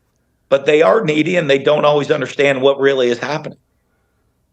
No, I totally agree. Going back to Harbaugh, you anticipate Harbaugh getting fired or leaving after this year, given all what's happened? You look at this, and he's gone through a 6-game suspension, 3 self-imposed, 3 by the league, and the NCAA has yet to step in. So I think that one of the issues that's going to come up is what the NCAA punishment might be for all of this. And because, what it is what they're looking at, and the NCAA is going to go on, is the multiple offenses. The 3-game suspension at the beginning of the year was for some recruiting issues during COVID. The 3-game at the end of the year was for the sign stealing scandal. The NCAA is going to add all of those together. So, and it wouldn't shock me to see the NCAA come out with something that says, hey, we're going to give you a 6-game suspension next year to start the season. So I think at that point, Jim, with a certain opportunities, he might look to say, hey, you know what? I love Michigan. I love all of this. I'm just going to move on to the NFL because the NCAA is going to come with another suspension and it's going to be more. Listen, if you're Michigan, I'm sure Michigan fans are frustrated and with everything going on. But he's put a great product on the field. They're successful. They're winning. So I don't see them getting rid of him. It's you don't get rid of guys for winning football games. Now, if he lost a couple of games right here and there, all of this would then become a major factor. As long as you're winning, it's not that big a deal. As soon as you lose a game, it's like, boy, these suspensions, that's a big problem for the university. Right? I mean, like if you lose the game, everything looks, hey, boy, you had kids miss class. There's this discipline issue. There's that discipline issue. If you're winning, it's all good. Nobody cares about a thing. Yeah, I call it the list. That list is sitting right there. What you did 10 years ago, 8 years ago, 6 years ago. We're ready for it when you lose a couple games, man. That list. Woo. Yes, hey, as long as you're winning, it stays in the corner as long as you're winning. Yeah, that list is buried. That list, but lose a game, here it comes. Here. Speaking of lists, hey, your former player, Dak Prescott, man, that dude is every day, every game. He seems like the perfect guy with the perfect temperament to handle what happens to him, good or bad, every single week being the Cowboys quarterback. Do you see this coming? Well, you know what? He is such an amazing young guy. And in college, he understood it. I think the great thing, and I always told him this, it was really funny. It was his junior year. We were the number one team in the country at Mississippi State. He's a Heisman Trophy candidate. And all of a sudden, and as you know, it goes from, hey, you're doing a couple interviews here and there to 24/7. I mean, interviews nonstop. I mean, you have media every single day. You're on College game day. You have all of this hype. Everybody surrounding you, all the craziness. And I used to look at him. I said, hey, Dak, there's a real easy solution to the problem. You go throw 3 picks in the game, and we go lose a couple of games, and there'll be no media attention. You don't have to deal with it anymore. And so he started laughing about it. And I remember in the first start, it was a preseason game. I called him and said, you nervous? Because it kind of defined his career. And, he was there. Tony Romo got hurt. Their backup got hurt. And here's his chance to go start in the preseason for the Dallas Cowboys as a rookie. And I said, well, listen, if you're nervous about being the quarterback for the Dallas Cowboys, go out and throw 3 interceptions today, and you won't have to have that problem. You'll never start another game for them again. They'll get rid of you and go sign somebody else. And, I think at that point he was able to laugh it off. And we used to always talk about those things. And I think he understands the responsibility. I don't know in pro football if there's a harder job than being the quarterback for the Dallas Cowboys. I don't know. There's not a coach and there's not a player in college, I'm starting the NFL that is under more pressure than the quarterback for the Dallas Cowboys. You're just under that much scrutiny. And, he handles it every day. I think he knows, hey, it's not as good as it seems. It's not as bad as it seems. It is what it is. I'm going out there to work and do my best. And you know what? If I don't work and do my best, they'll just get rid of me and get somebody else. So I might as well enjoy it while I'm doing it. You've I don't know if you've met Seth Greenberg at the studios there, but Seth is a good friend of mine. And it was like during the NCAA tournament, he was on my show, and I said, hey, what's going on? He said, I was watching today. He said this on the air on ESPN, and it's March. And Mike McCarthy's been fired, and Dak Prescott's the worst quarterback in the country. And it's March. Yeah. He just said it today. You know what I mean? And they haven't played for 8 weeks. You know how it works. Greenberg, we'll tag off. So I'll walk in with the studio. You'd be shocked. Like, you walk in the studio, I'm sitting over there on the little chair on the side waiting, especially like now at the end of the year. And we tagged off on a Friday night. I'm like, hey, we tag off. You guys – him and Tom Crean, you guys are out. We're jumping in the seats. All they do is change from college basketball to the college football headings on the front and the back of the desks, and we rock and roll. So I get to see those guys up there. It's like professional wrestling used to be with a tag team match. You're reaching for the guy to tag in on you. Right? It's football time right now. I had Matt Berry the other day, like, hey, you and Joey need to come up one day and hit up a basketball game. We'll talk raps for basketball. I said, we'll figure it out right there. Hey, great shot. We can be an expert at everything. There's no question. Greenberg and I did a 90-minute fill, and we got Bo Pelini straightened out. He was going through stuff at Nebraska, and we're like, don't admit anything. But we went 10 minutes on Bo Pelini. So, hey, look, if you're wearing makeup and you're on TV, you're a damn expert, Dan. That's just what you are, man. That's it. Hey, I didn't ask you, though, are we going back to Mississippi State? No, they just got their guy. I'm out on that one, too. That's right. They got their guy. I'm excited. They got the funny one is I saw an article and they said, hey, the last time we went and hired a successful offensive coordinator in his 30s with an innovative mind, it was Dan Mullen. So hopefully Jeff Lebby can bring that. They got off the plane. Those fans are so passionate. I love it. I mean, that's the thing in the SEC. You get hired. They show the plane landing and him getting off the plane, and he's crowd surfing over the fans that are waiting. it's the middle of the night and it's a big party on campus. I mean, SEC football, it's hard to say. There's nothing really like it because the passion, the energy that everybody has, and the fan base. And as you know, it is year round. It is, they care about football year round. And what's going on and what's happening in the football world. So, yeah, you're going to be stuck with me on TV for another year. So. I like it. I told you, I introduced you by saying I watch. You're on, I watch. There's some guys, I'm not saying everybody, but there are a lot of guys, when they're on, I turn the channel. Coach Knight and I used to watch basketball games on mute. We never had the sound down, so I'm used to watching stuff on mute. So, but when you're on or when Urban's on, you ever look back and go, damn, we took Mississippi State to the number one team in the country. I mean, you're a young guy. Maybe it's not time for that. I don't know. But you ever look back on certain things like, damn, Urban and I went in and Bowling Green is still reaping the benefits. Utah's still reaping the benefits. Florida still has a brand new place, but hasn't, do you ever look at it and go, man, we did that at Mississippi State and all these things? Yeah, you do. You reflect all the time on all the little things. You have the memorabilia around your office and all that stuff. And you think back, fortunately, I guess they need programming sometimes. So you're like flipping through the channels and on ESPN Classic or ESPNU or whatever channel it's on. And there's one of your old games and you're like, boy, I remember that year. And this was so special. My son, my son's 14. He loves to hear all about, the things, some of it he remembers, some of it he doesn't because he was so young.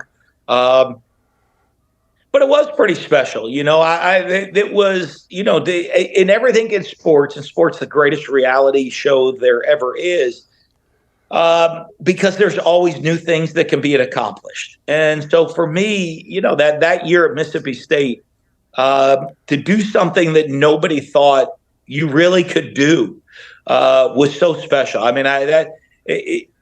Some of the great years, and you think about them, in coaching. I was at Utah, and we led Utah to an undefeated season in the first, small school to break the BCS. We were in the Mountain West Conference back then, and that was so special. We, able to win 2 out of 3 national championships at the University of Florida, and those were special times. You always reflect. Hey, I reflect back with all my friends on winning the state championship at Trinity High School in New Hampshire, my junior year in football. So we always thought we were good in hoops, but we weren't. We were kind of. We all used up all our fouls. I'll promise you that much. But we never really had that much success. But football, my high school, we were pretty good. But I recall all those things. I think as a coach, everybody does, and all the memories, and you remember all the people you've touched and all the players. There's nothing, as you bring up a Dak Prescott, there's nothing coaches take more pride in than seeing their players succeed. And whether it is a player succeeding in business, in life, with family, or in sports on the field, in anything that they're doing, seeing your players succeed gives you more pride than any championship or anything that you've ever done. You're exactly right. That is exactly right. Do you think, I got 2 last questions for you. I'm not going to ask them together. So to that end, do you think more about losses or do you think more about wins? You know the answer to that one. You're always the losses, though. Right? You remember all that. It's unbelievable. As a coach, we're miserable people as coaches, right? You just because you're hey, you have so many great wins, and you're yeah, but you remember if we would have just made this one play on 3rd and 5, we would have won the game. And the losses just eat you up, no matter where you are or what you're doing. Even the year that we got to number 1, I'm boy, we had the injuries. I can go back to the interception we threw. We're playing number 1 against number 2 at Alabama, and we throw 2 interceptions in the 4th quarter to lose by 6, and you're just it just eats you up, all of those things. That what if I had just called this one play differently? What if we had just, put the ball in a different position for a field goal? All of that, the losses stick with you so much harder. People don't understand that. My friends do not understand that. They just don't. They're like, you're an idiot. What's wrong with you? You're a fool. Well, the benefit about friends, right? They lift us up. The friends lift us up because they remember the wins. And I'm like, all right, let's talk about those wins. That's great. Right. What's the most money you ever turned down in a coaching job? What's the most you ever said, nah, I'm not going to do that? A lot. I mean, listen, when I left, I had offers. I was offered more money at other schools. When I took the job at Florida, I was actually offered more money at other places to go some other schools. But that was never. Ballpark. I mean, at the time, it was well over close to $7 million a year. So that's a lot of money. But but you know what? You even to this day, one of the things that's crazy for me, and I guess my wife still gets mad at me about. I always kept the Jimbo Fisher deal. You look Fisher and the buyout that he got. I always kept my buyout a little bit lower. And unfortunately, my wife is like, you've been so mad at me for being stupid. But she's like, why would you do that? And I said, you know what? Because if a school doesn't want me, why do I want to be there if I don't want it to a point where they can't get rid of you. They can't do this. They can't do that. Or it's a really awkward deal or uncomfortable for everything. I said, we're coaching football. Football's been great to me. We're doing what we love.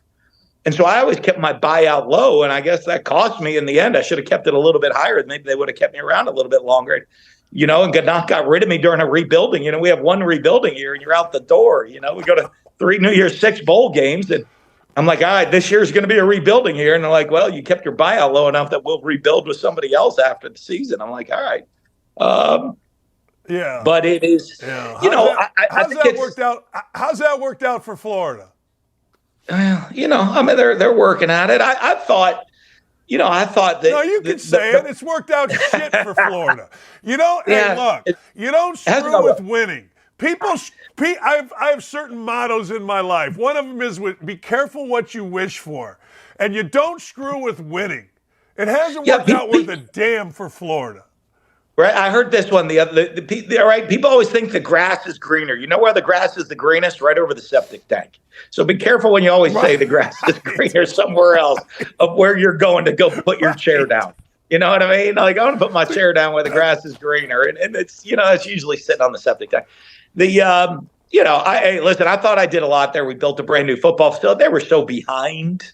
I got them caught up, and then went somewhere else. But you know what? Again, I wouldn't have been in the middle. I wouldn't have been in the middle school basketball game last night if I was still coaching. So, and I got another one tomorrow night. We're doing pretty good. Yeah. Are you coaching? No. Could you imagine? No. I went out and the football team. I kind of went. I was an advisor. I kind of helped the football team put a little bit of an offense together at the local school, and I kind of got it organized for him a little bit. I mean, listen. Rick Neuheisel shared this one with me really great. He's like, you know what? Dad coaches, like we that are coaches watching our kids play.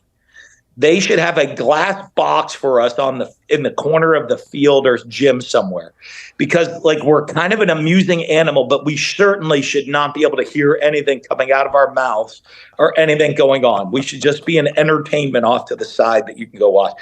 I mean, I sit there with my bottle and I'm wrapping it up, and I'm like, my daughter is like, don't say anything, because I'll be jumping ref. I'm like, you sit there, and we had one game. I was my middle school football game, and my wife is sitting there talking to me, and I'm like, she's like, you should be on the sideline, coach. I'm like, it'll be too big a distraction if I'm on the sideline, coach. She said, you're yelling from the stands what to do every play. You don't think that's a distraction to everybody. So finally, I'm pacing. I was so mad. I ran down on the sideline, looked at the coach. I'm like, hey, they were in a timeout. I'm like, run this play, this play, this play. We score a touchdown. And I go back and sit in the stands. And she's like, well, why are you back up here? I'm like, it'd be too big a distraction. She's like, you're the biggest distraction in the whole field right now. Just sit in the corner and say nothing. So when my son played at Michigan and Ohio State, I literally would sit there and not say a word and damn near shit myself. Like, so nervous, like such a mess. Like, oh, you know, like. I don't know how the families did it. I mean, you really get an appreciation. Like, I don't know how my wife suffered watching me coach and go to all our games through all those years. Because I go to my kids' game right now, and I mean, I'm twisting bottles and chewing bottle. Like, I just am a nervous wreck. And I'm like, how did you last all of these years with me on the sidelines and you having to watch? Hey, Dan, I suffered watching you coach, too, because I was rooting for you all the time, too. I know you were. I appreciate that, Megan. I do. You prepared me for this guy. And then in the press conference, I'd be yelling at all the Toledo reporters for some nonsense, you know, but. Well, that's because they asked a stupid question, isn't it? You know what I mean? Hey, I always used to tell you all tell reporters this, right? There are no stupid questions. There are stupid people. So. Yes. That you know, I just, while I was talking to you, I just had a moment of clarity. I asked you how much money, when I left West Virginia, my wife, we left $3.5 million to go back to $100,000 at Bowling Green, and my wife soon after that became my ex-wife. And I'm like, shit, I just realized why she became my ex-wife, Dan. God dang. I just had a moment of clarity. Hey, we got to see Megan. We got to see the dog. Keep killing it, man. I got a bunch of Indiana people are trying to get me to talk you out of it, but hey, I get it. I get it. You're doing great on TV. It's fun to watch you, and thanks, Dan. Thanks for coming on. It's been fun. I appreciate it. You never say never with coaching, but I do like the TV world right now. So I love your show. I love listening to the show all the time. Right here. INDIANA. Let's go. Make it a football school. Here's the thing. I watch all these other schools and fan bases have so much fun on football weekends, right? And we're sitting here in Indiana, and we're 3-24 in the last 3 years. I want to get involved. I want to, anyway, you're doing great. Thanks, Danny. Thanks, man. I appreciate you. Great to be with you. All right, that's Dan Mullen. I'm telling you, it's true. I mean, when he's on, I watch. And I don't watch everybody. I turn it off most of the times. But when Dan's on or Urban's on, these guys are going to teach me stuff. And his wife, Megan, her maiden name was Megan West. She was a reporter in Toledo. She's awesome, man. I love that family. Hey, we'll be right back. I got my Heisman. I got my top 5 college basketball teams in the country. We'll be right back. It's spooky season, and in 2023, for some, they're most afraid of getting canceled for a costume. So have snowflakes ruined Halloween and sucked all the fun out of it, or can we bury cancel culture for good? So my question is there a costume that maybe you wore in high school that you can't get away with now because of cancel culture? Like, you'd be canceled because you wore it?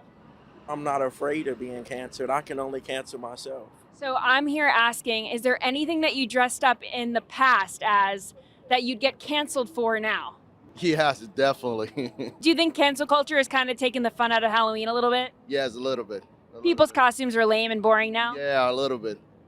Well, for me personally, not as much, but I know that my mom told me that back when she was in elementary school in the 70s, she dressed up as someone from like Japan or something and really overdid the facial expression or something. And so now that wouldn't fly as much today, I guess, but yeah. Cancel culture meets Halloween. Has it ruined the fun? Are people's costumes just like too boring now? I think so. I agree with that. Everybody's too soft and sensitive about it. So I do think so, to some degree, right? I think that it was a lot cooler when you dressed up like a Native American. Like, people wouldn't get mad at you. I was actually a pimp when I was 16. I was looking at a priest outfit and I was like, I don't know if I can really be a priest. Someone's gonna complain. Yeah. Donald Trump costume. That's offensive? Yeah, automatic fight. Automatically. Even if you're a Donald Trump supporter, like you look like Donald Trump, you might catch one. But I like Donald Trump. We love you. I love Clay Travis. Yay! So, what are some overrated costumes that you've been seeing this year? Oh, Taylor Swift, Kelsey. 1000%. Too much? Yeah, way too much. Yeah, you've overdone it. Come on. What are you dressing as? Travis Kelsey.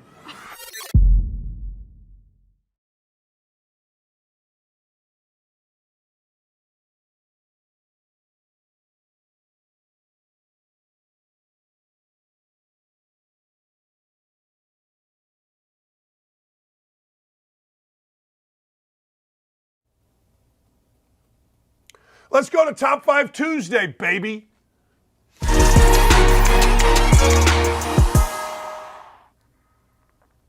All right, Top 5 Tuesday. We start with my top 5 Heisman Trophy picks. Look, I've been talking about this guy. I just talked about him with Dan Mullen. Jalen Milroe has been terrific ever since he got benched. Now, he's not going to win the Heisman Trophy, but he did have the number 1 Heisman Trophy moment with the pass for a touchdown, 4th and 31, actually 4th and goal from the 31. Jalen Milroe completes the pass. Next thing you know, Bama beats Auburn in the real game, which is the Iron Bowl, because it seems like every year the Iron Bowl gives us something that is just completely insane. And, of course, it did it again this year. I have Jalen Milroe at number 5, and make no mistake, he is going to play well, or he has to play well,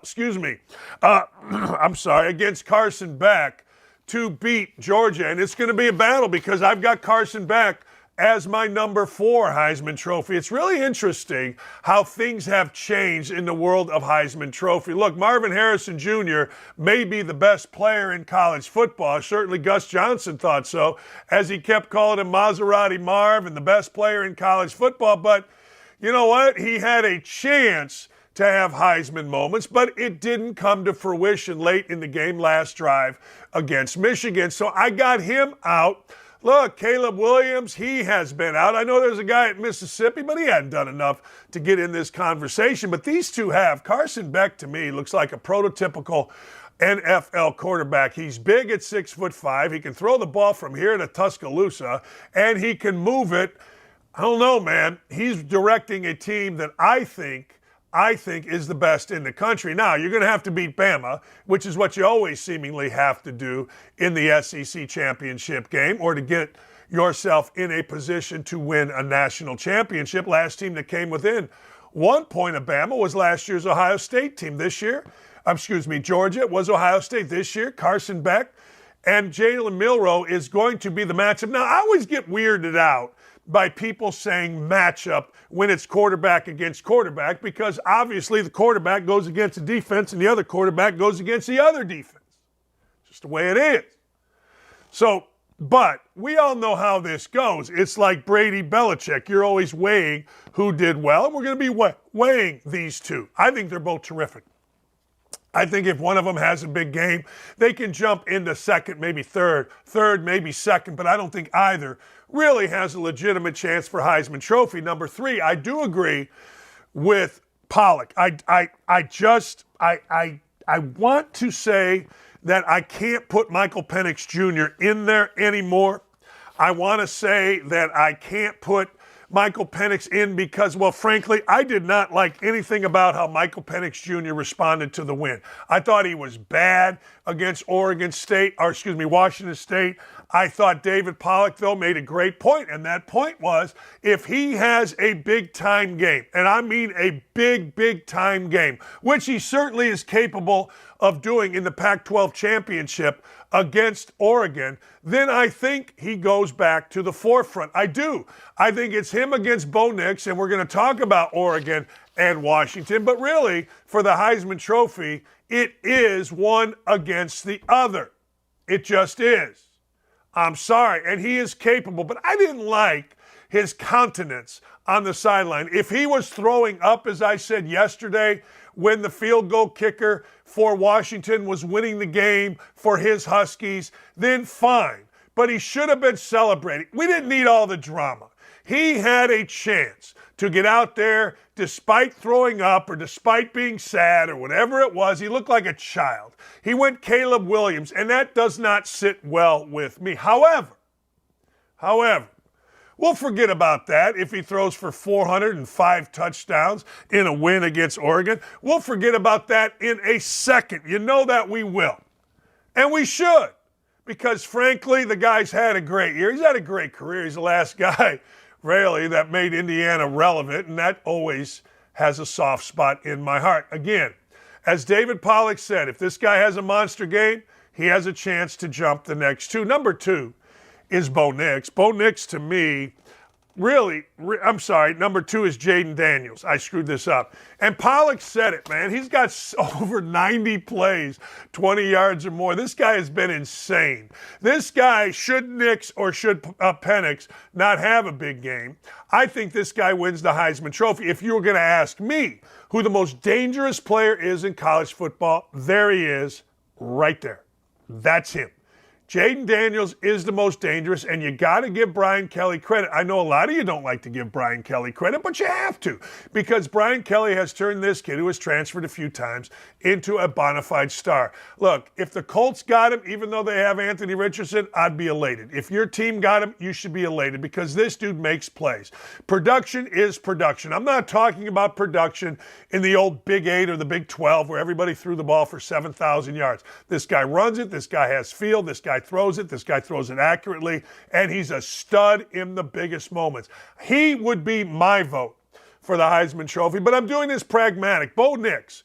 Bo Nix has really, really come on, and Bo Nix, his performance against Oregon State was nothing short of sensational. He went up against DJU and kicked his you-know-what. He kicked Oregon State. He's playing his best football. Yes, he got beat by Michael Penix and Washington earlier in the year, but here it is.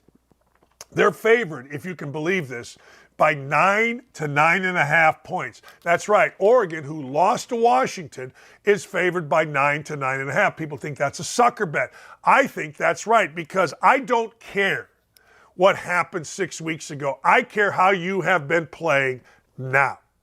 And right now, Oregon and Bo Nix are playing as well as anybody in the country. I wasn't all that shot in the backside with Michigan. I watched Georgia play Georgia Tech. Heck, Georgia Tech was going tooth and nail with them, and Georgia Tech lost to my beloved Bowling Green Falcons. I do think Texas is playing great, but I could make the argument that nobody is playing better. His numbers are off the charts, but everybody's numbers are off the charts that's in this. But Bo Nix has a chance with a fantastic performance and a win to seal the Heisman Trophy in my mind. Jaden Daniels, he's done. Season's over except for a bowl game. Doesn't factor into the Heisman Trophy candidacy, the Heisman Trophy voters. Bo Nix, Michael Penix, kind of playing for the Heisman Trophy coming up this weekend. Top 5 men's college basketball teams. You know, it's a near unanimous number 1. Oh, wait, let's go 5 first. I'm going to give some credit to the undefeated Miami Hurricanes. Remember when Miami didn't even have a basketball program? You probably don't remember, but I do. They did not have a basketball program for a long time. Jim Larrañaga has gone from George Mason to Miami and made it fashionable. Jim Larrañaga has been smart. Jim Larrañaga put a little schwa over his name to act like he's Canadian. Jim Larrañaga is really full of crap, and I like it.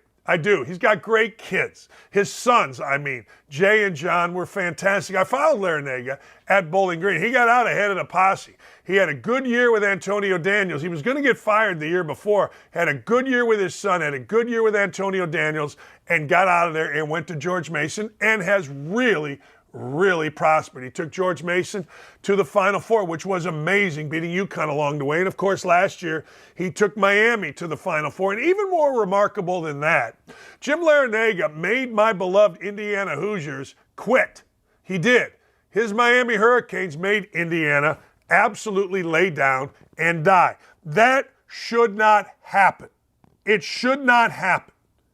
There should never be a time when Miami of Florida is better than Indiana in basketball, but they are, and they have been for years. This year's team's undefeated. I happened to watch them the other night. You know what I saw? I saw a tough-ass team.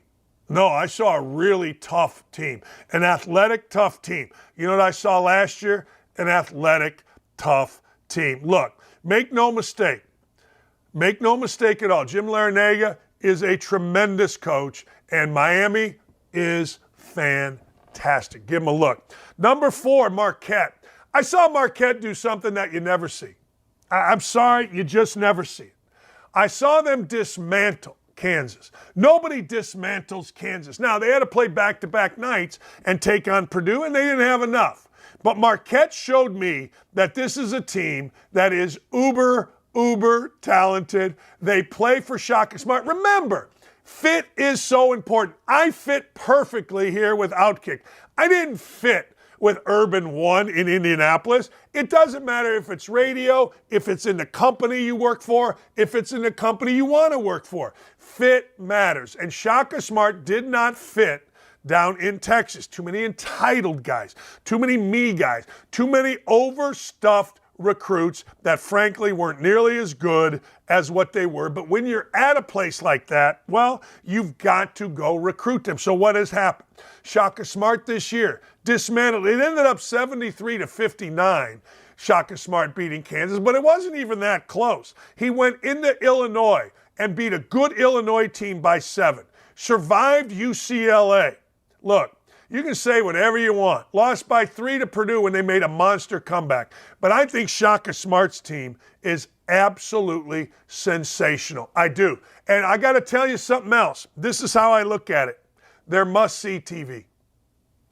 I can't tell you the last time that must-see TV and Marquette have gone together. They've got a kid named Tyler Kolek, who is the John Stockton of college basketball. Yes, I went white on white there. Tough. You don't like it? I don't care. I went white guy to white guy. That gets frowned upon, but I don't care. That's who he is. I see him, I think John Stockton. I see a guy that does everything. He can shoot it enough. He assists first. He finds his guys in transition like Stockton. The best thing Stockton did as a guard was he found guys in transition. He wasn't afraid to throw the ball ahead. And that's Tyler Kolek. All right, Arizona's number 3. Look, Arizona is damn good. Arizona is one of those Lute Olson type teams right now where the sum is greater than its parts, and its parts are big, strong, foreign dudes. They went into Duke and got a win, and that was really good because I do think Duke is pretty good.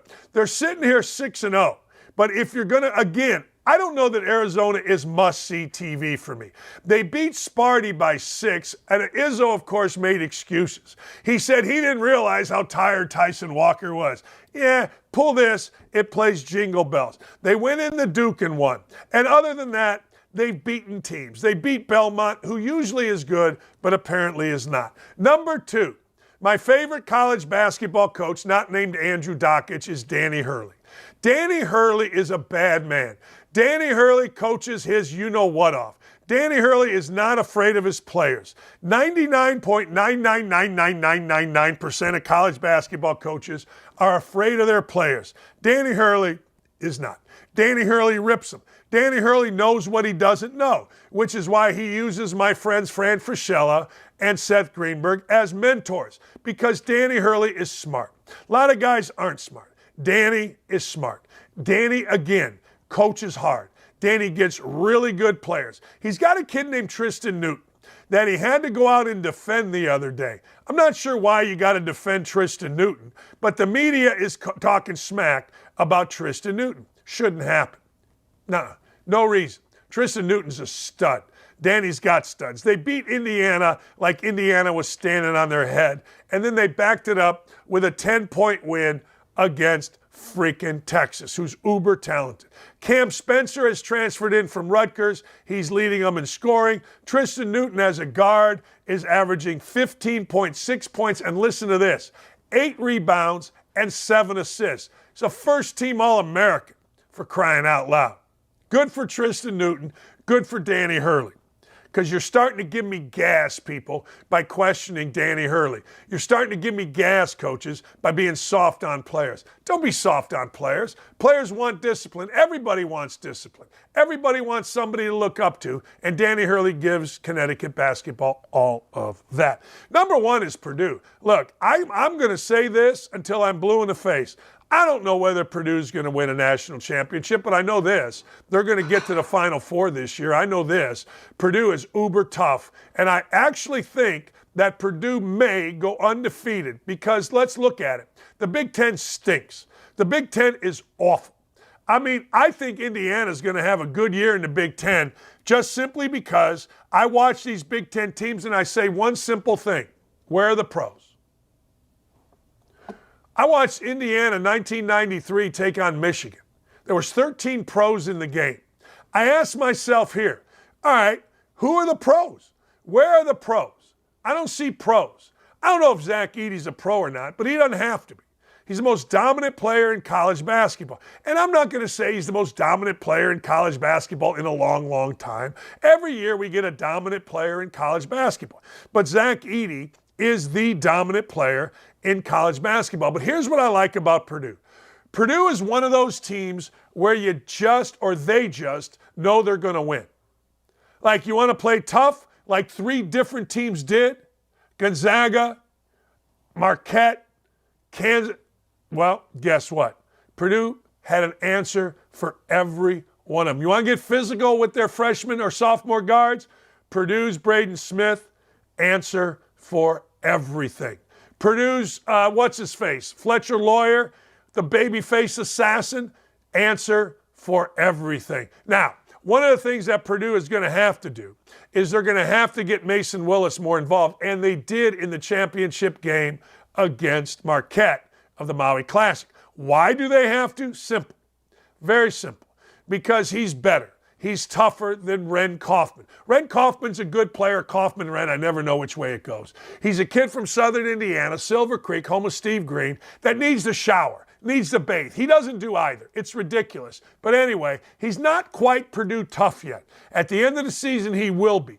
Purdue's athletic enough. I'm not going to say they're uber athletic, but they're basketball athletic. Their guards are fast enough. Braden Smith can answer his own questions this year. He doesn't need Zach Edey sitting there answering his own question. But the gauntlet they faced,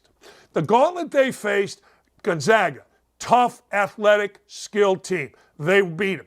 Tennessee, physical, fighting. The president of Purdue was whining in the stands about being a wrestling match. Shut up, president of Purdue. Purdue can handle that. And then they came back against the havoc against Marquette, got a big lead and had to hold on. 3 games against 3 teams with incredible toughness. And they never looked like panic. They never looked like they weren't going to do anything but win those games. It gets interesting for them because I'm going to give you a stretch. They go to Northwestern, Iowa at home, Alabama, and then Arizona.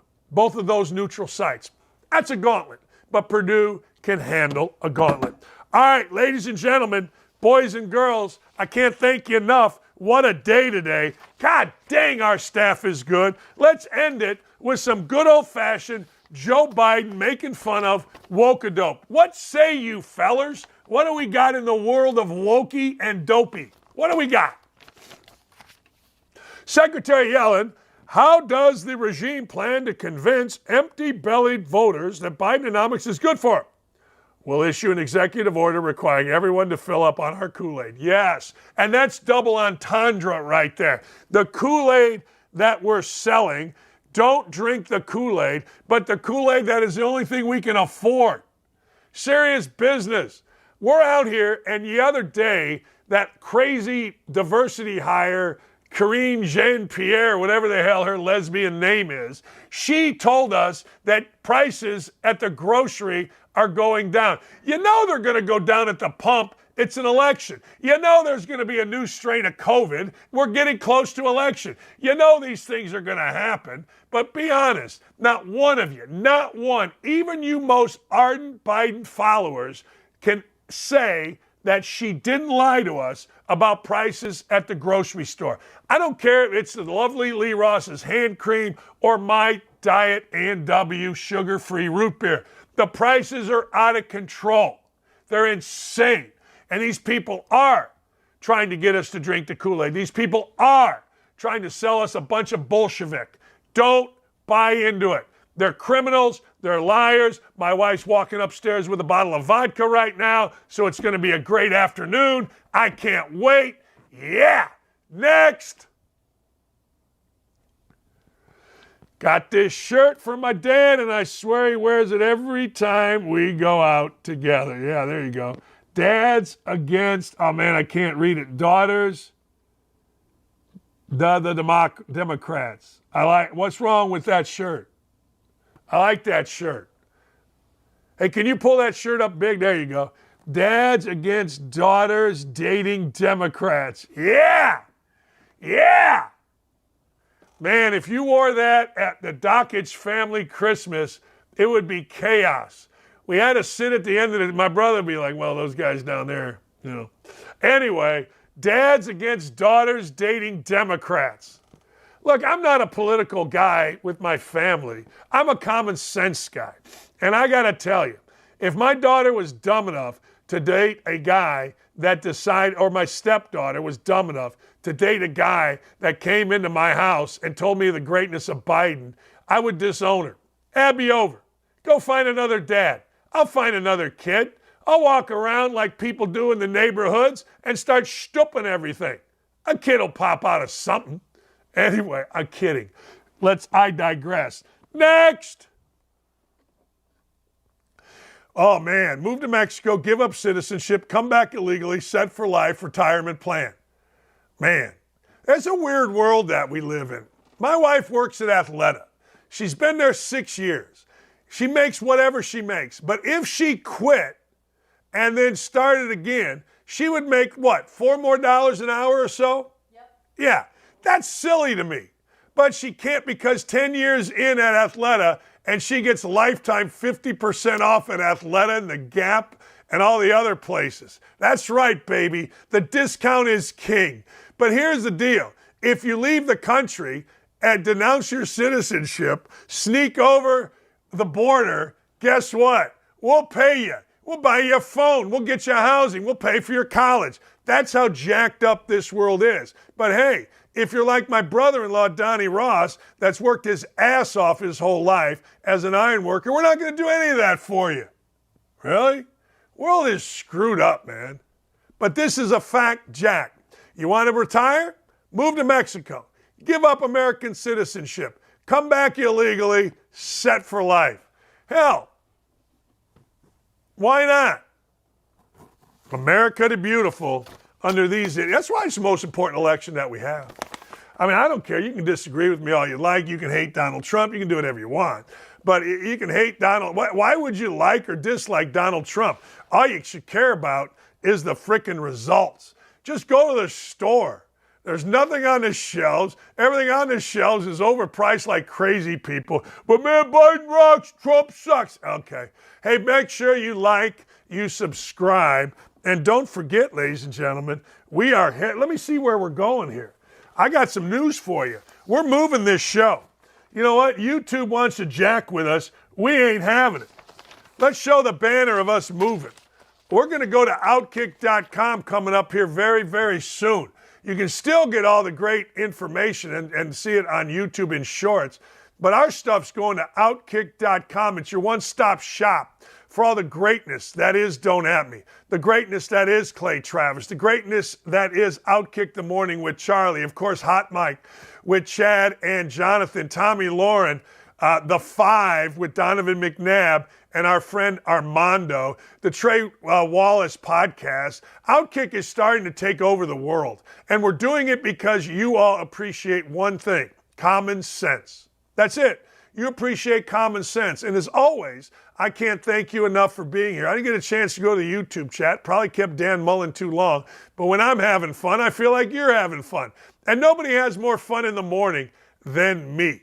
I give you my best every day because I know Nick too, Aaron. I know that Gary and Haley and Katie and Beth and Dylan and Ryan. I know everybody, Davey, I know everybody associated with the show is giving you their best. So I for damn sure better bring it every single day. I don't know who we got on tomorrow, but I'll guarantee you this, it'll be a hell of a day. And follow me later on today on my Twitter page because I, ladies and gentlemen, have some bets that I like tonight in college basketball. Have a wonderful day, everybody.